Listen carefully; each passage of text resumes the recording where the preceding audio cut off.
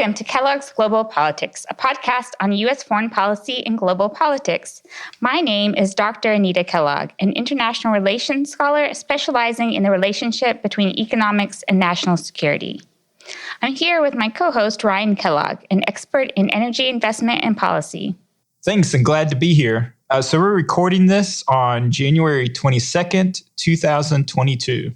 So for our opening banter as it is, we are going to return to Foreign Policy's What in the World, published this week. But instead of the entire quiz, which went a little bit long, this time we're going to go with the first 5 questions.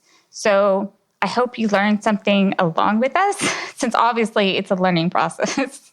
Yeah, absolutely. So I guess this is our chance at redemption. I think between the two of us, we maybe got 50% of it correct. So let's see if we can do a little better with these first 5 questions.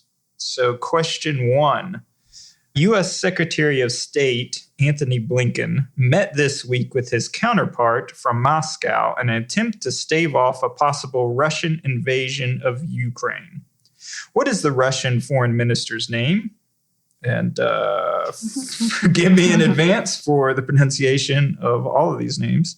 Sergei Shoigu, Mikhail Mishustin, Sergei Lavrov, and Vladimir Putin. I'm going to guess Lavrov. Yeah, that's my guess too. Yay, and we were right. All right, 1 out of 1 so far. So been over last week. Yeah, so that's good. All right. Meanwhile, troops from the Russian-led Collective Security Treaty Organization withdrew from a peacekeeping operation in which country this week? Finland, Georgia, Belarus, oh my gosh. Kazakhstan? Yes. Yep. Yeah, and I'm going to guess Kazakhstan. I'm going to say Belarus. Might be way off, but yeah, I was off. You're right. All right. So moving on to question 3. Which militant group claimed responsibility for an attack on Abu Dhabi, the capital of the United Arab Emirates, earlier this week? Al-Qaeda, Islamic State, Houthis, Al-Shabaab. I think it's the Houthis. Yeah, I'm going to say Houthis too. Yay, we were right. All right. Pretty good. You can read 4 because I don't know how to say those names. Oh, man. All right. I'll try my best. Okay, question 4. Who was elected president of the European Parliament on Tuesday? Alice Ba-Kuknik, Roberta Metsola, Cira Rego, Kozma Zalewski. I'm going to admit that I literally have no idea. I'm going to go with Rego, Cira Rego. Okay, I also have no idea. I'm going to go with the first one, Alice Ba. Nope, it was the second one. Okay, I struck out on that. Okay, the last question. On Wednesday, Barbados held its first general election since becoming a republic last year. What is the country's ruling party which retained its parliamentary majority? Democratic Labour Party, Bajan Free Party, Barbados Labour Party, Alliance Party for Progress. Okay, haven't kept up on the internal workings of Barbados, so I'm going to say the Democratic Labour Party. Yeah, I'm going to go with the last one, Alliance Party for Progress. And we were wrong, Barbados Labour. The obvious one. Come on, has Barbados in it? Of course. Well, that was enlightening as always. I think you got 2 right, and I got 1. I think I got 3 right. Oh, right. I got 1 less than you, or did I? Did I only? Yeah, I think so. Anyway, that part isn't important. I think, yeah, the important part is we both got failing grades. I think once again. We always keep going. We gotta get better at this. Yeah, but it's hard to pay attention to every single thing that's going on in the world. It is, but that's the point of our podcast. At least narrow down to the important parts. So hopefully everybody learned something anyway. Yeah, like Barbados is an independent country, which is something I remembered, but maybe not everyone. It just left. It was the UK. Oh, really? Okay. Was that Barbados? Mm-hmm. That's why it's the Labour Party, too. Oh, okay. Okay. Makes sense. See, I did not know what the name of it was. Something new. Yeah, you knew the background history. Yes. That's right. All right. So On today's episode, we will be covering the main news from January 8th to January 21st. We will be discussing the geopolitics of rising energy costs in Europe and Russia being one of its major gas suppliers. Everybody is holding their breath at the likelihood of a Russian invasion of Ukraine, and we will give our perspective on this issue. Next, we look at the U.S.-China trade balance and the U.S. tariff policy. We also look at slowing growth in China and the need to rebalance its economy. Finally, we will discuss the growing attacks on Muslims in India and the dangers of illiberalism to the global order. All right, so we're going to begin with listener feedback from a listener in the UK who was interested in hearing more about the geopolitical power of the new Russian gas pipeline, Nord Stream 2, in light of rising energy costs in the UK and the rest of Europe. And from his perspective, how the goal to net zero is funding Putin's ambitions. Yeah, so that's an excellent question. We talked about in our previous podcast some on Nord Stream 2, but just taking a step back in terms of how the EU ended up in its current situation, which is a pretty serious crisis. I mean, it's the worst energy crisis since the 1970s. You've seen massive increases in both electricity cost and fuel cost across the continent. And it's driven from a couple different things. The first is the fact that you had a very severe winter previously. And because of, again, Russian power with natural gas, you were unable to replenish essentially the underground gas storage. So the normal reserve storage that Europe depends on for peak periods, particularly on cold winter nights when that demand is so heavy, it isn't there. It's a lot lower. So any sort of severity in winter has really driven up prices for natural gas. Yeah, and part of that is also because you have less swing supplies to be able to cover those sort of like extreme temperatures or something. And one of the things in Financial Times they talked about is closing the Groningen field, which is something we know a lot about because that was where you worked and we lived there for 4 years. But they started experiencing, also while we were there, many small earthquakes that were damaging houses and businesses. So they decided to close it. But that was one of the reserves that Europe had to be able to meet surging demand.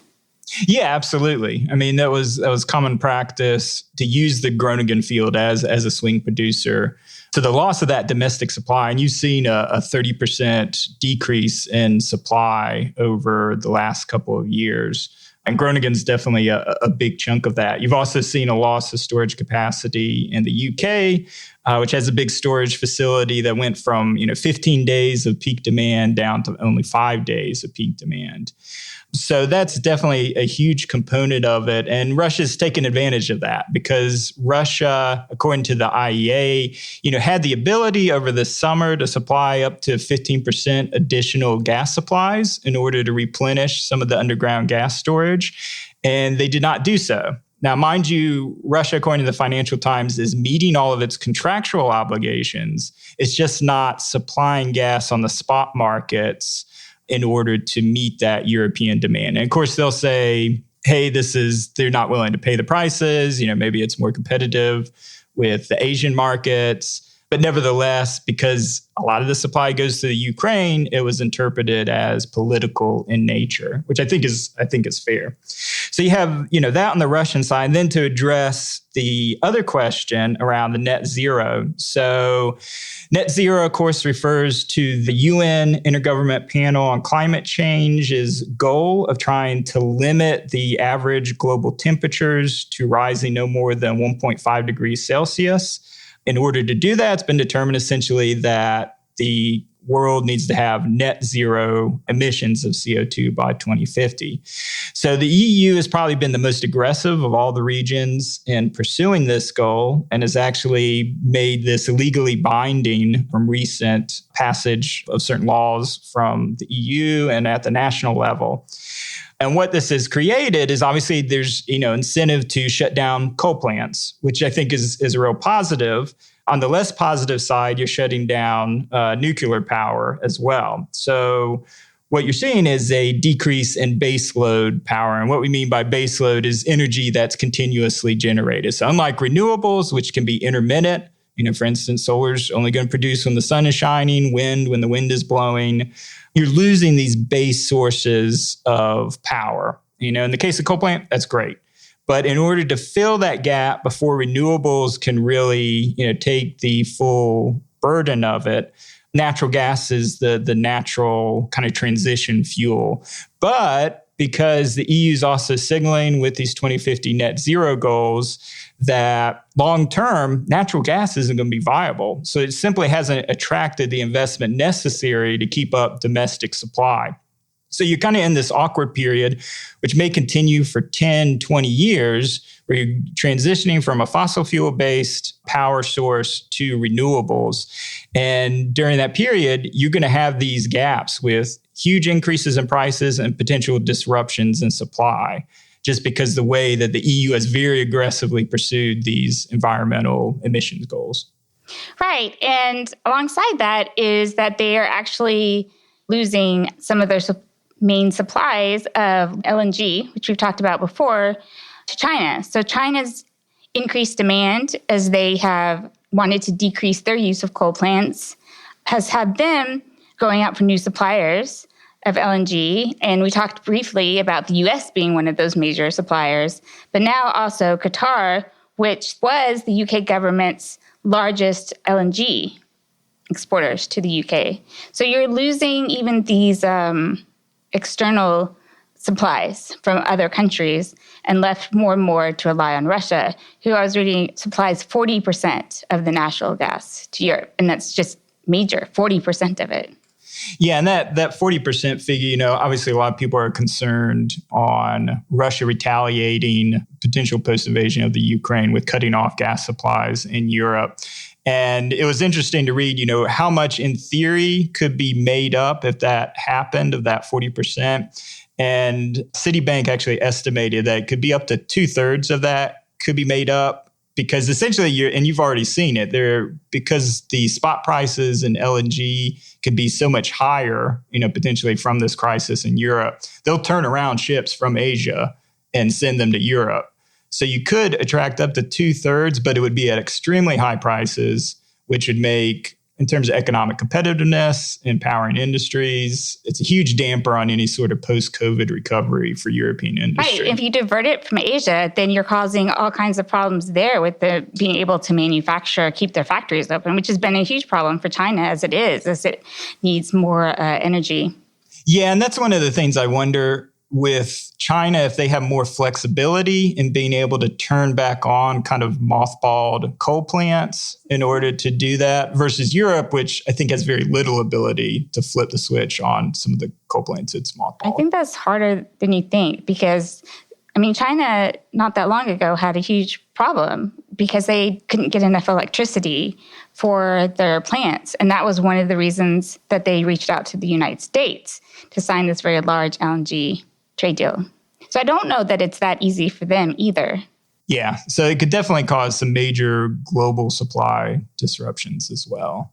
So I just want to say, one of the things that's really fascinated me about this for a long time is, as all of these developments have happened, natural gas being this bridge to net zero emissions and such,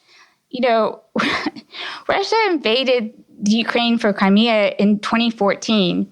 And we were talking then, I think during that, they cut off supplies to the Ukraine for a while.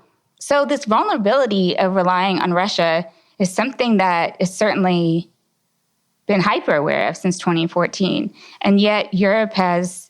Oh, it goes way back further than that. When I worked for Shell, in the Netherlands, that was a key issue and recognized by the EU, because there was a more minor incident where they cut off gas supplies, I think, again to the Ukraine back in 2004.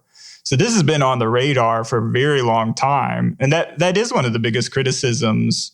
And it is really driven by the fact that you have this disunity, especially with the Germans have a different policy and different interest towards Russian natural gas than I think most of the rest of the EU.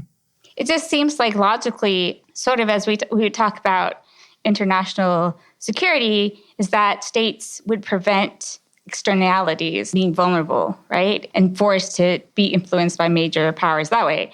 Whereas like the whole idea is if you are relying on something that you trade with friends or that's easy to get from other sources, then that's not a problem. But if you have something that you need that's hard to get, that you have all this time, right? It takes time to go with nuclear or build plants or find these other means, suppliers of natural gas. But they've had a really long time to reduce this threat from Russia. And it still bewilders me why they have not, especially as, a lot of people all the time in the U.S., I hear like, the U.S. is being too weak because we're not putting enough pressure on the EU to stop Nord Stream 2 to prevent, revenues flowing there and such. And you talked about why Russia would weather that. It's harder for Europe to weather any disruption in the supplies coming from Russia. Yeah, it comes at a very high cost for the Europeans. And it doesn't make a lot of sense. And, I think people that are critical of the EU, of these supranational institutions, that simply because it is composed of nation states with competing interests, and the fact that Germany is the most powerful of the member countries, and it's had a very different relationship and different policy, especially energy-wise, towards Russia. And, I mentioned the article that I posted on our blog around the fact that you have a ex-chancellor of Germany that sat on the board of directors of Gazprom and was basically, kind of this foreign, who'd have to be a registered foreign agent, according to U.S. law, that was actively lobbying the German government to support things like Nord Stream 2. Obviously, the Germans empowering German industry, the fact that it has to compete on, cheaper input cost for energy, having a steady supply of natural gas, which is, relatively close when you take that Baltic Sea pipeline to Russia. It makes a lot of sense economically that you would have that. But in terms of like the personal network level amongst elites between Russia and Germany, that I don't really have a background on to do. Yeah. So again, I'm just thinking about arguments that are made in international relations, as I talked about realism, Mersheimer's arguments that states privilege geopolitical power, military power over economic benefits. But we can see here in this case, it's definitely just counter to his theory, because even though the Germans know that they are constrained in foreign policy because Russian aggressiveness toward the Ukraine has been a constant, like you said, for almost 20 years at least. They've chosen it because it's good for their economy, even if it's not good for European security. Yeah, because that's one of the things is how almost universal the opposition to Nord Stream 2 was in other member countries of the EU. But it's had almost zero impact on kind of German policy. Yeah, so I think that's an important thing to note. Also, even as oil maybe becomes less important, natural gas has become, natural resources remain one of the largest influencers of foreign policy in terms of constraints, in terms of being able to have influence. And it's something that we kind of faded away, right? So in 2008 and stuff, it was all about petrostates. And now that was mostly about oil. But if we take in gas, some of the same issues are there, have been there, from the beginning, like cutting off energy supplies to Japan in World War II. I don't know if that gets in the framework of our discussions that often. Yeah, no, I think that's always one of the things that attracted me about the industry is the fact that it is so central to geopolitics and great power strategy in so many ways. Yeah. Okay. So what's going on the latest with Ukraine and Russia? Yeah, so, obviously this has been featured in the news quite a bit. It's ongoing crisis. I think when we last spoke in our previous episode, the U.S. and Russia were holding a series of high-level meetings. I think, as expected, very little has come of that, given the nature of the Russian demands. As of today, there's still been interest on both sides on continuing the conversation, which is seen as a positive thing. But more and more of the analysis that you read, it seems more likely than not that some form of Russian invasion of the Ukraine is going to happen. When that timing is going to be in the next, month or so is unknown. But just the signals that you got this week from both Anthony Blinken, so U.S. Secretary of State, and Biden in his address, it sounded like, don't be surprised at all if the invasion happens at any point in time. So the couple of things I wanted to highlight and talk about is, there's been several articles that we'll post in the show notes, one from the Washington Post, one from The Economist, and then one from Alexander Vindman of SACE, kind of your colleague, around the military. So kind of the potential invasion of the Ukraine and kind of what options Russia has in going forward. So here, I think it really, from each of those three sources, it broke down into three different options. So the first one was really for Russia just to send troops into the existing Donbass region, which, as we mentioned last time, was the two breakaway provinces in eastern Ukraine that have essentially been occupied since 2014 by pro-Russian forces, but to actually formally invade it and then to recognize it within the Russian State Duma. So apparently the Communist Party of the Russian Federation has already introduced a bill that would recognize these as breakaway regions. And it'd be very similar to the way Russia recognized Azbekistan and South Ossetia, which are two breakaway regions in Georgia. So that's one possibility. I think Vindman, in his analysis, didn't think you would gain a lot, particularly from a recognition essentially of two separatist regions that Russia already effectively has control. And one of the key parts of the Minsk Accords that Russia wanted to push forward was to have these two states reintegrated into the Ukraine and use them as a Trojan horse in order to actually control the central government or have a greater influence on the central government. So just invading them and taking it over and then separating it, it would actually make the Ukraine more anti-Russian, would concentrate the anti-Russian forces. So that wasn't seen as very likely. The second option was to have a greater disease to expand upon the territory that they already have, particularly taking a land bridge to the Crimea, which would involve seizing roughly 200 miles of territory. And this would be seen as it would deprive the Ukraine of economic ports along its southern coast and essentially render the Ukraine landlocked. And that was seen as resolving kind of Russia's longstanding logistical problems in terms of providing supplies to Crimea.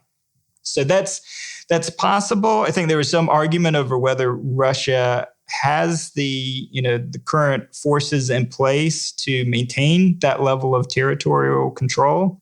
But, it was definitely seen as a distinct possibility. And then finally, the third option, which Vindman, actually saw as the most likely, is a full offensive push, essentially in order to cripple and overthrow the government over time. And this was something actually seen this week. So the Treasury Department sanctioned 4 current and former Ukrainian officials that were basically suspected of laying the groundwork of working with Russia in order to create a new government upon invasion. But essentially, Russia has been moving troops as far away as North Korea, which was seen as extremely unusual, indicative of imminent invasion. The fact that they're positioning forces in Belarus in order to come at the Ukraine and Kiev, the capital, from the north, and then have forces come again from the Donbass region from the east.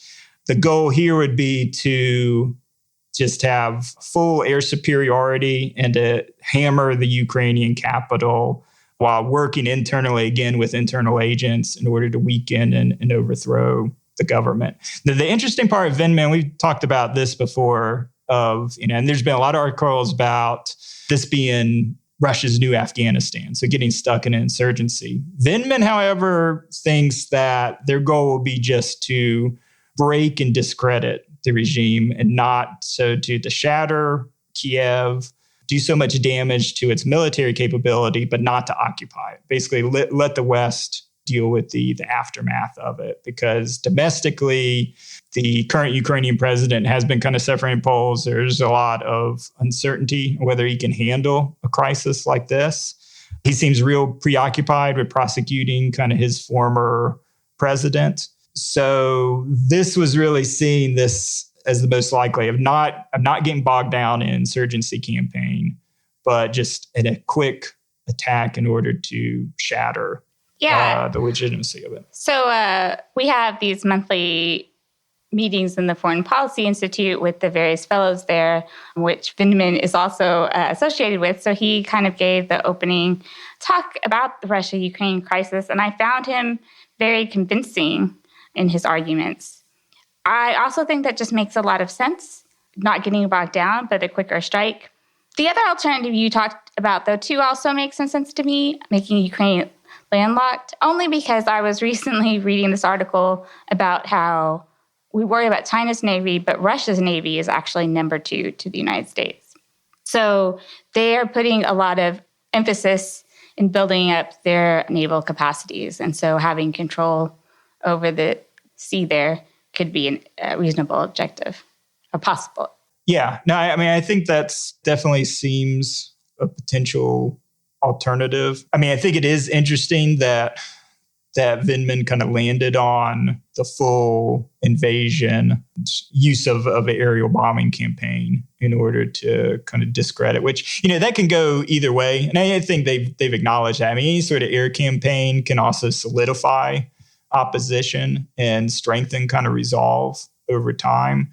So it may backfire, because obviously the refugee crisis, resulting from any sort of invasion and massive bombing of population centers is going to be horrendous. So that was one of the interesting, because Vindman went on to recommend, what course of action specifically can the U.S. take in order to deal. And one of them was very much, working with human rights organizations, we had to do a hell of a lot better job than we did with Syria. And we should be able, just because logistically you're close, you're bordering NATO countries. Yeah, we should. But as someone who's written about the refugees, the United States policy, and our capacity to handle that, I'm not very confident that we truly have made enough commitments, like dismantling it all for the last 4 years in a program that was, only modest to begin with. I mean, we just don't even have a history of doing a good job with this. And Biden hasn't made it really a priority to re-strengthen these sort of collaborations. So I agree, but I'm skeptical of our ability. But go on, because I think really the test here is like, if Russia does this, what kind of responses do the West have that doesn't make them look like a total pushover? Because if they can't respond effectively, then that emboldens Russia. It emboldens a lot of countries, though, in thinking that the West is pretty weak right now. Yeah, and I think, one of Vindman's main conclusions was, I'll read this, in hindsight, so a more forceful response to the military buildup that Russia carried out on its border with Ukraine last April could have led to preemptive forced posture changes and the introduction of lethal aid to the Ukraine. So kind of translating that is, they had this buildup back in April, but the U.S. and the West, they were able to de-escalate it. But in terms of preventing it, of creating kind of the negative incentives to discourage Putin from attempting again, were not put in place. I mean, so what we've seen over the last couple of weeks, you've seen the Biden administration give permissions because we don't want to directly transfer U.S. weapons to the Ukraine.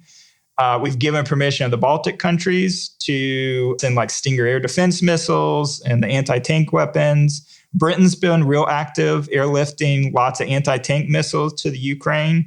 But one of the things that Vindman recommends that we haven't gone to, and would be provocative, but it's also a recognition of war is imminent, is to provide them the air defense systems, because that's where the Ukraine will get slaughtered. They have essentially no air force, no air defense systems. So supplying them with Patriot anti-air missiles and Harpoon anti-ship missiles would be probably the action that you could take. And even he acknowledges that it's too late to really change the power dynamics, but you would make it a lot more costly for Russia if you put those sort of batteries in place. And I don't think that's something we're actively doing. Well, I know we're not actively doing it. I think, again, the West has had a long time to figure out what they would do. And instead, they just have seemed to have a policy of just hoping it wouldn't happen. Foreign policy is hard, so it's really, really easy to critique. So I feel like sometimes anyone can be too harsh. But I feel like the Biden administration, although Europe is 100% guilty of this too, does not focus enough on what to do to prevent these actions in the first place, and are more like crisis management, or, when a lot of the more effective. I mean, it's hard to say the air defense because itself would have been provocative. So it's not that. I don't know. And there's the problem that there may just not be any good options. I mean, the West has to have a better response. Otherwise, they look incredibly weak. And this is not the time to do that. So I don't know. They have to do something that actually has an effect. And I think that's why everyone is worried about it. I think there's a higher chance of NATO clashes or something than there was in 2014 in Crimea. But I don't know. It drives me crazy that some of the most effective solutions are always like working with these human rights groups. And there's so much activity, third-party activity to just collaborate them and help them have greater resources would be hugely impactful, right? And if there was anything we could have done in Syria, that would have been what we should have done too. And yet we never take that as the option. Yeah, and I hope, worst comes to worst, that the West does a lot better job handling the aftermath of it. But it's really that action of preventing this in the first place. It definitely seems like a moment of weakness. And I think, we have to act, forcefully now at this point, this late in the stage, where giving the Ukrainians a fighting chance in the defense of Kiev in the face of air superiority is probably the best solution. I mean, it seems pretty stark. I mean, that was the other thing that stood out from the Foreign Affairs article by Vindman was this is potentially going to be the worst military conflict since World War II on the European continent. And others have been saying that too. And I would say it's like certainly just a really big test, right? I mean, a lot of people talked about the Afghan disaster as if, China was going to take that as a lesson for, Taiwan or anything. And I thought that was pretty ridiculous. But if Europe and the United States just cannot really deter Russia, I mean, because I'm not sure how, we talked about this before, if there are enough economic consequences that we could put upon Russia that would make a significant enough difference. If we can't, I mean, it's obvious there were a lot of reasons why we had to be so neutral on Ukraine, because we didn't want to give Russia an excuse. But having pursued that policy and Russia invades anyway, that means it should change, unfortunately, a lot of foreign policy in the West to more active deterrence, which is something feel like we look too often to the military as a solution when it's not the best solution. But it's a big blow if Russia does a full-scale invasion of the Ukraine. Yeah, no, absolutely. And I think along those lines, in terms of the positives that may emerge out of that, is seeing greater NATO unity, seeing potentially Finland and Sweden kind of join NATO as well, maybe seeing some of these disagreements. Because, I mean, the thing is, even at this latest stage, you don't have unity among the NATO allies.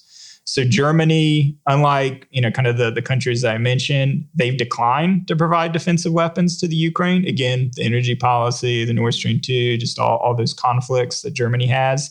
And then Macron, kind of in typical French fashion, trying to distance themselves from NATO, saying, well, each nation should have its own unique engagement with Russia. So allowing Russia to essentially kind of split the individual countries and have their own policy, which is what Russia wants to do. Defeat the purpose of NATO.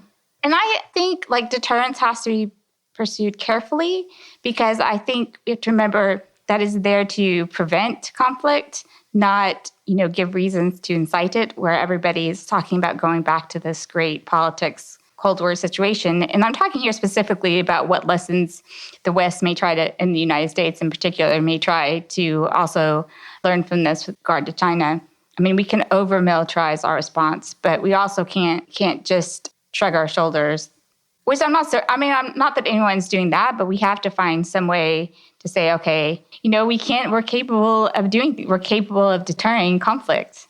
We're capable of keeping Russia and other countries from threatening interests and stuff. Yeah. No, and I think, the one aspect of it, because, there were other things that we talked about in terms of, the actions that the U.S. would take. Obviously, the financial network ban, the technology export bans and things. But one analysis that came out of actually a Monkey Cage article by Alexander Matovitsky, who's an assistant professor in the Department of National Security at the Naval Postgraduate School. He really tied this to the flagging domestic support for Putin within Russia. So in his analysis, he was citing that polling internally within Russia shows a lack of confidence in general in Putin, because honestly, he hasn't been able to deliver the economic prosperity, unlike China, to its citizens during his period of rule. And about 20-25% of the population actually has a high willingness to protest with political and economic demands. And you've seen that through the labor strikes, both within Russia and then in Russia's satellites in Belarus and Kazakhstan over the past 6 months. So really, this is seen as a way to kind of that wagging the dog, where you deflect kind of the domestic weakness and rally around the flag.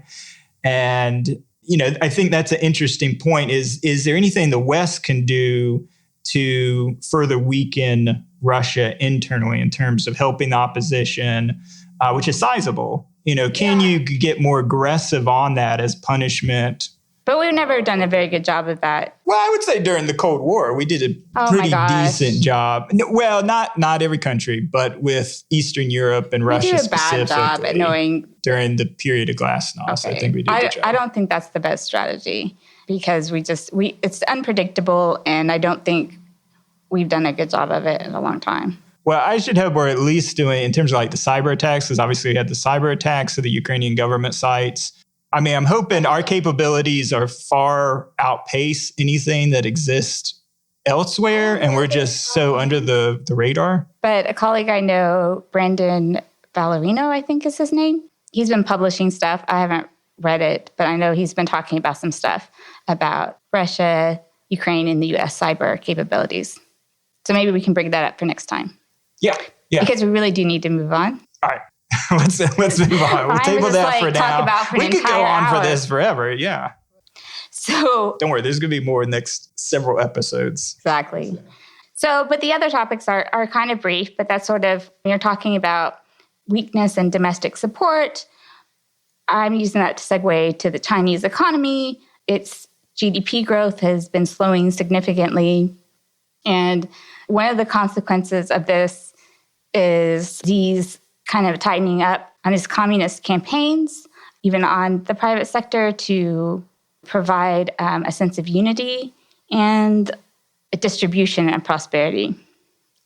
I did read an article, I don't know if I put it here, I have to look it up, that there has been some full officials writing in papers having very, very mild criticism of pushing too hard on the private sector. But I think with any country, definitely China as well, that we just don't have a good enough grasp on really judging what's happening internally. And of course, among party members, I mean, she has managed to keep a startling unity amongst them. So additionally, surrounding that, though, I wanted to talk about some other numbers that were released. And so you have, first, China's trade surplus with the world has grown extraordinarily, but in the U.S. context, it's grown significantly. And this made me want to talk about our trade policy with China, which I think has been really disappointing for myself and a lot of other China watchers, particularly those sort of focused on the economy, who thought that, when Biden came into office, that he would just get rid of tariffs that we had on China because it was bad trade policy and we weren't getting anything from it. But instead, when asked about it this week, in the last couple of weeks, I can't remember exactly, Biden said we'll get rid of them when we've gotten something significant out of China, which is like the whole point is that, that was the trade war, and the trade war failed because this isn't how you address imbalances or such. You become more competitive. Tariffs like these doesn't have a history of success. So Biden trying to take the same line as Trump on that we're not going to give these tariffs back until China gives us something is continuing what almost every economist would say is a horrible policy. This certainly isn't a main cause of inflation, but it also is sort of one factor in inflation that these tariffs do cause the prices of these goods to go up.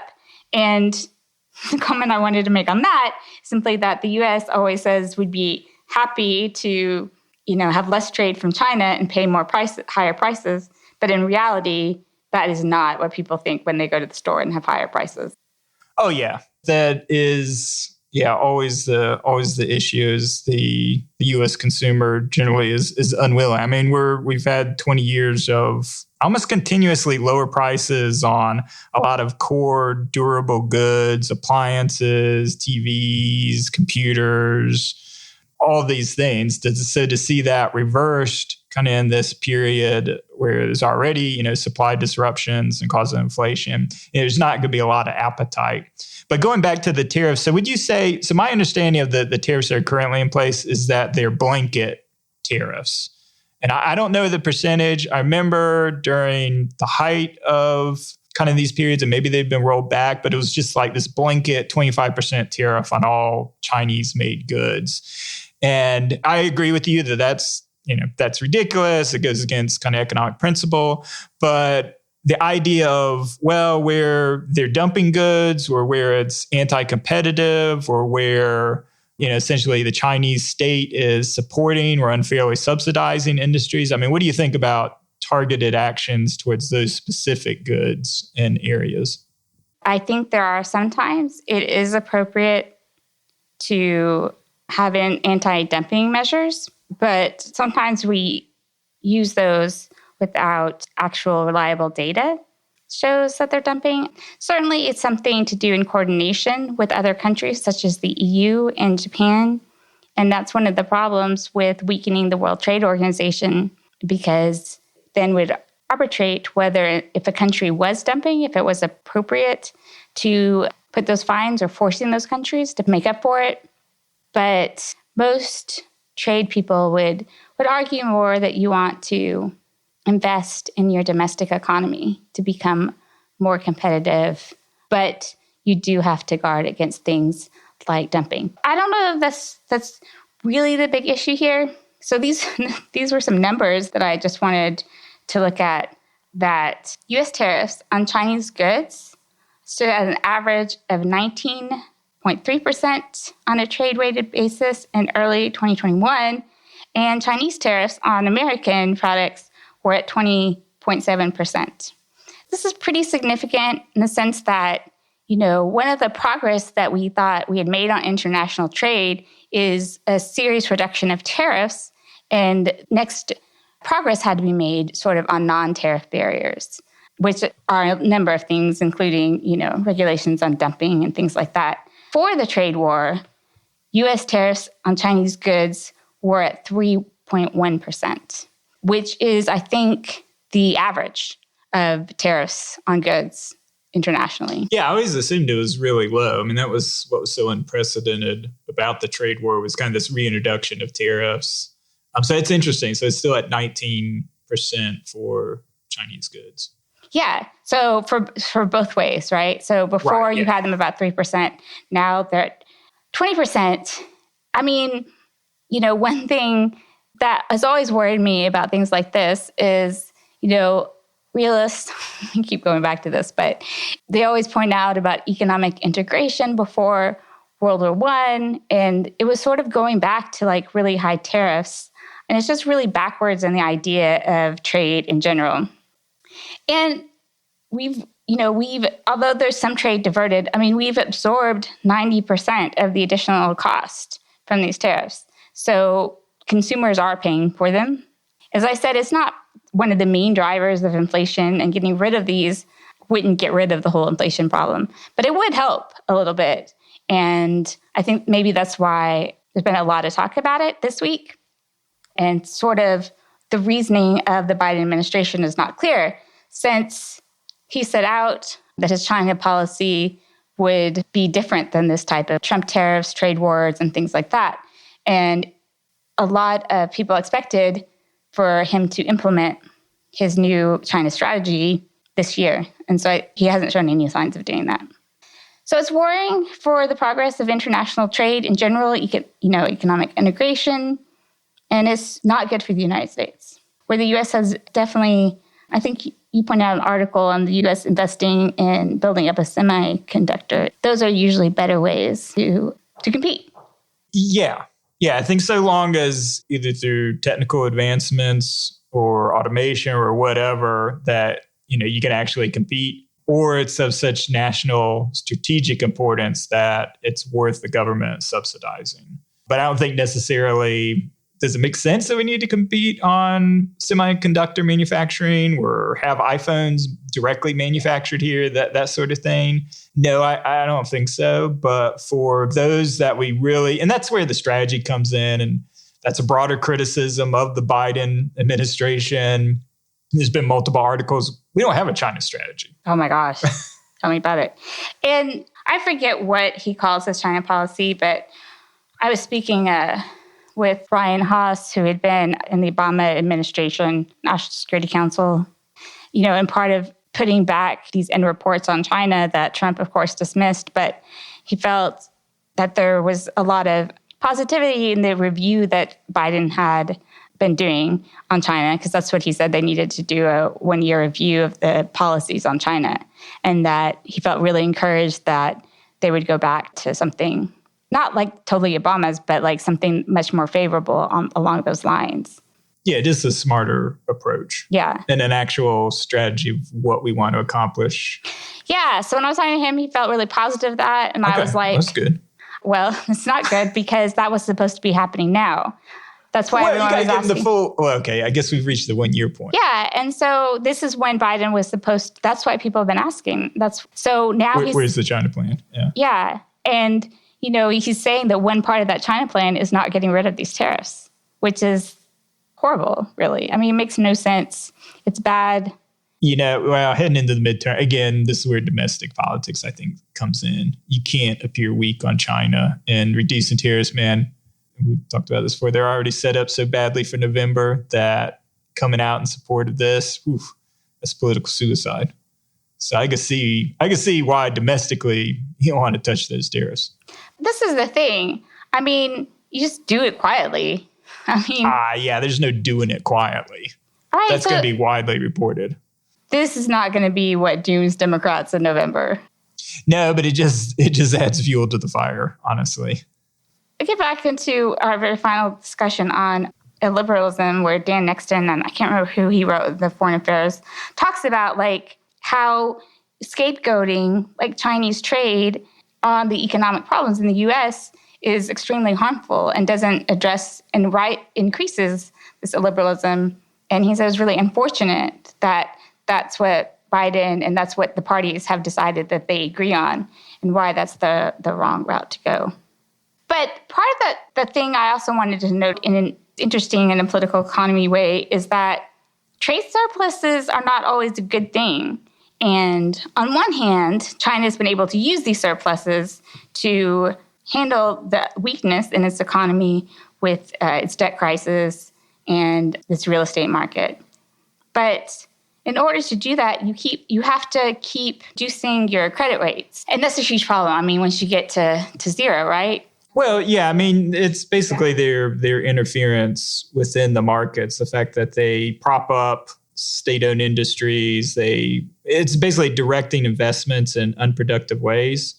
No, I agree. That article was really interesting and points out, because that's always like, Trump would hammer that. It's like, this trade surplus is just an example of Chinese taking advantage of us, their manufacturing prowess, whatever.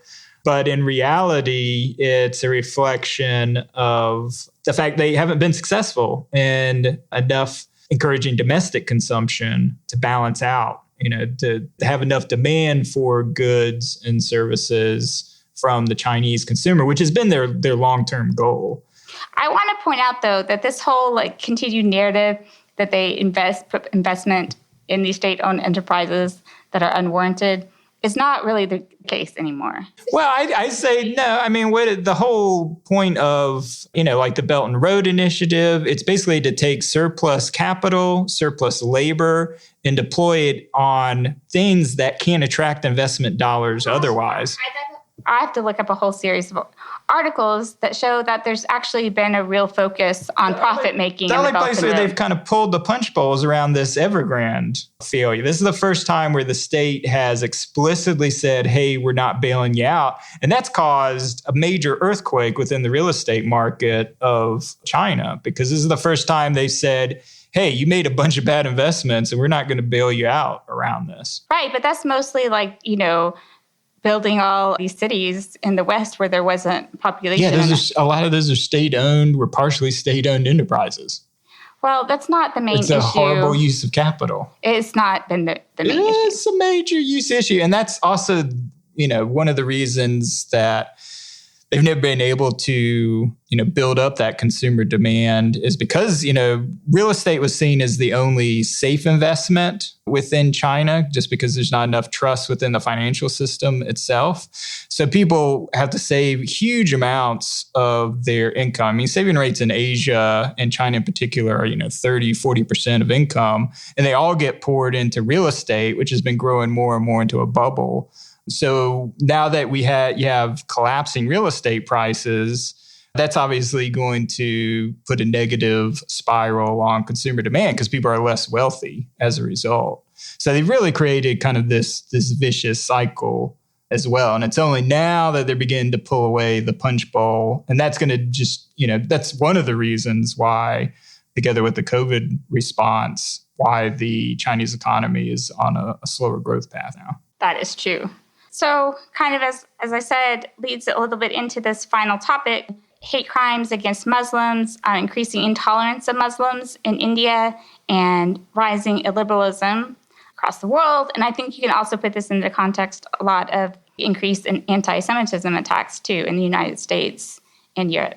Yes, I think, focusing on India initially, over the holiday period, had a conference of Hindu leaders in the city of Hyderabad, which is about 150 miles north of New Delhi. And they were openly calling for the execution of Muslims and calling for what essentially is the secular state and has been since its founding, to turn it explicitly into a Hindu nationalist state. And all this is notable because obviously you've had Hindu on Muslim violence throughout India's history. But what was interesting about this occurrence and disturbing was that many of the leaders have close ties to the Prime Minister Modi's governing party. And what you've seen, pretty similar to Trump, for instance, after the Charlottesville incident, is that Modi has been silent, which has been interpreted by Hindu radicals on the right as implied support. And what's disturbing about this, obviously India is the largest democracy. It's extremely diverse in terms of cultures and religions, is that this has really served as a contradiction to the country's historic contributions to humanist values, and kind of signals this major departure from kind of the secular state that it's chosen after independence. And this is something that's been happening and been the major criticism of Modi, is that there's been this slow erosion of secularism, and similar to what you've seen in the US, what you've seen in Hungary and elsewhere, of this focus on a ethnically based nationalism. And this illiberalism, within India has grown, as Modi's party. So the BJP has gained more and more power within the state, because I know it was successful in the last series of elections, to the point where there's really no opposition either within the court system or within the Congress for some of these policies. So you saw some pretty radical stuff happen in the last couple of years. You saw the end of the Kashmir region as constitutionally autonomous and the arrest of some of its major leaders. You saw the 2 million Muslim citizens actually deprived of Indian citizenship through the national registry process in one of the provinces, Assam.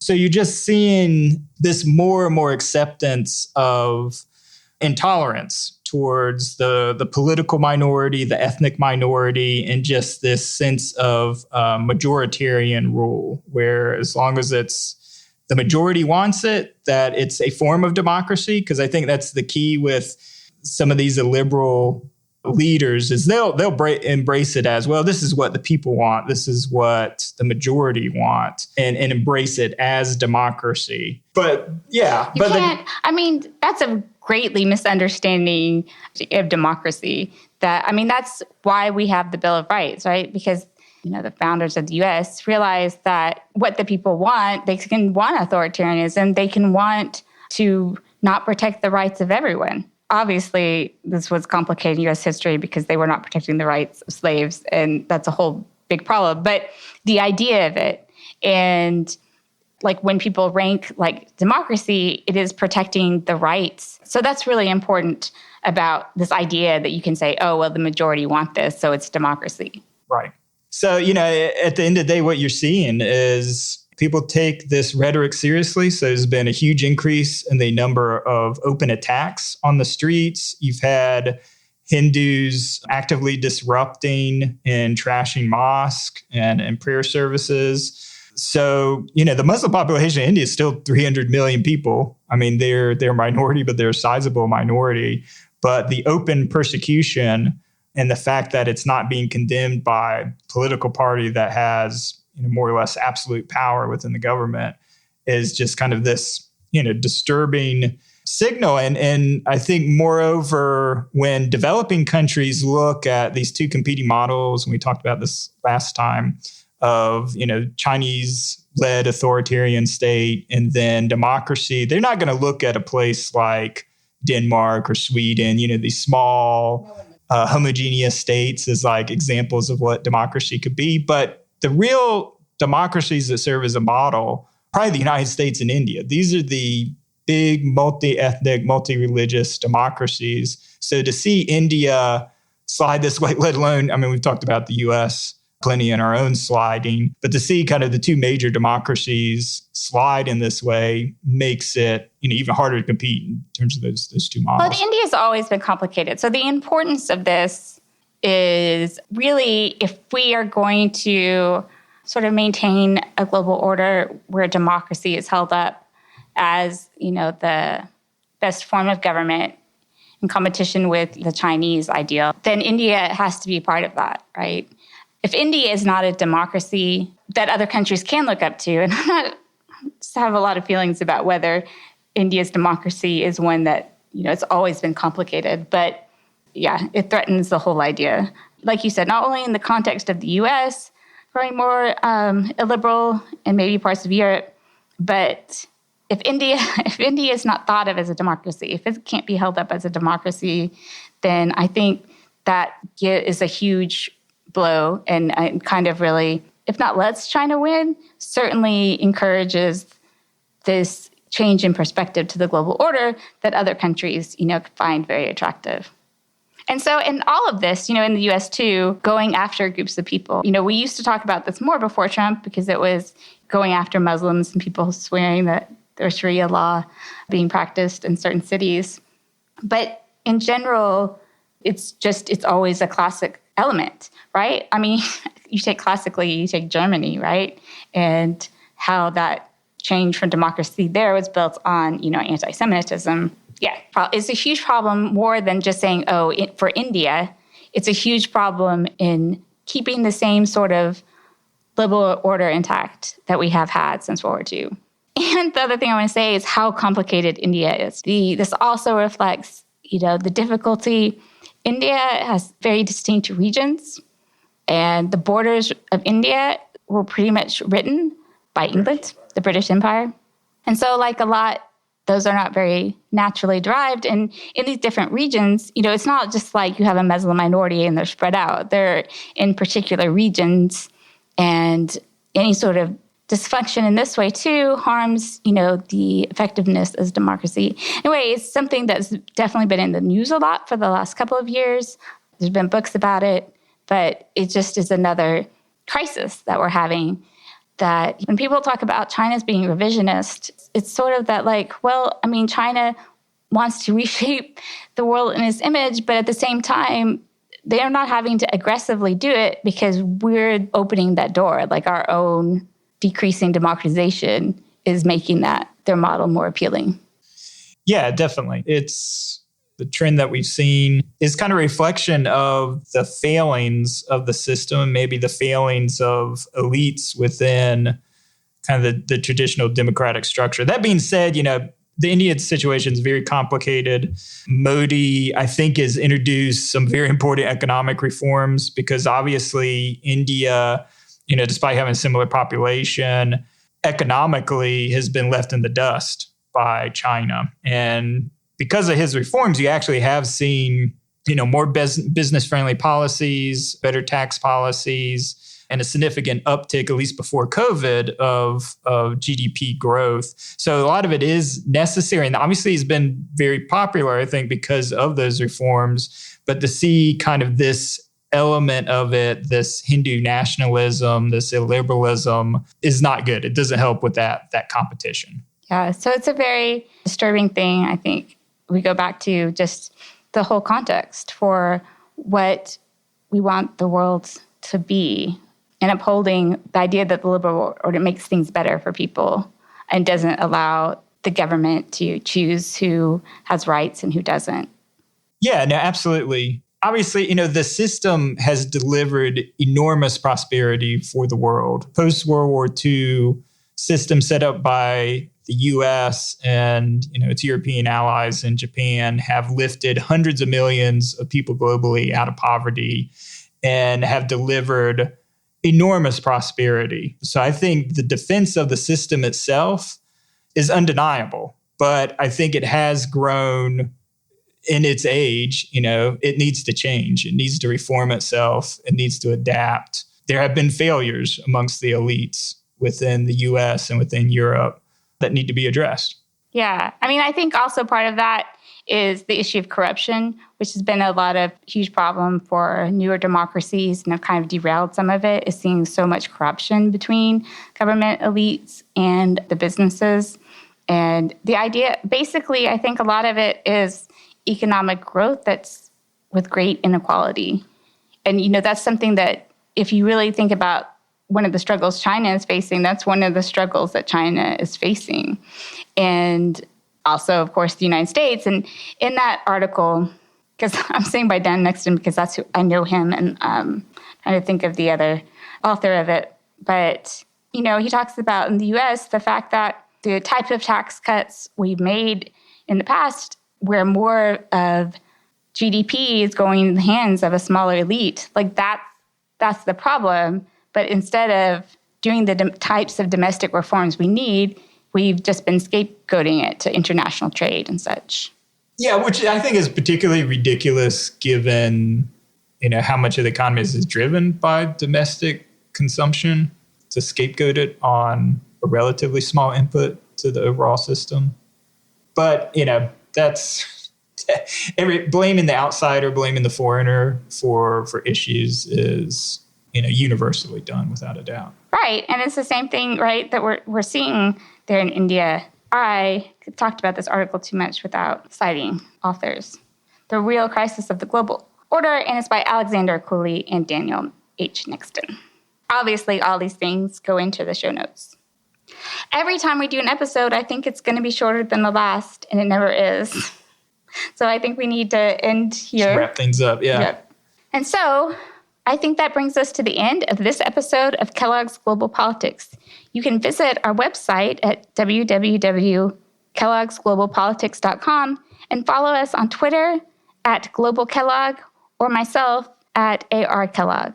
And you can reach us by email. So Anita at kelloggglobalpolitics.com and myself, Ryan, at kelloggsglobalpolitics.com. And as always, please see the show notes for all the articles that we discussed in this episode and leave a rating and review on your favorite podcast provider. And don't hesitate to contact us about questions or topics you want to cover, because we've definitely enjoyed being able to do that in the last couple episodes. Yeah, no, we love that interaction. So yeah, anything that you're interested in, please check out our website. So it is a new website, and we're posting kind of more in-depth articles about some of the topics we discuss. So we always love feedback and new ideas. Okay, so I hope you enjoyed listening. We enjoyed doing it, and that's a wrap, I think. All right. Have a great week, everybody.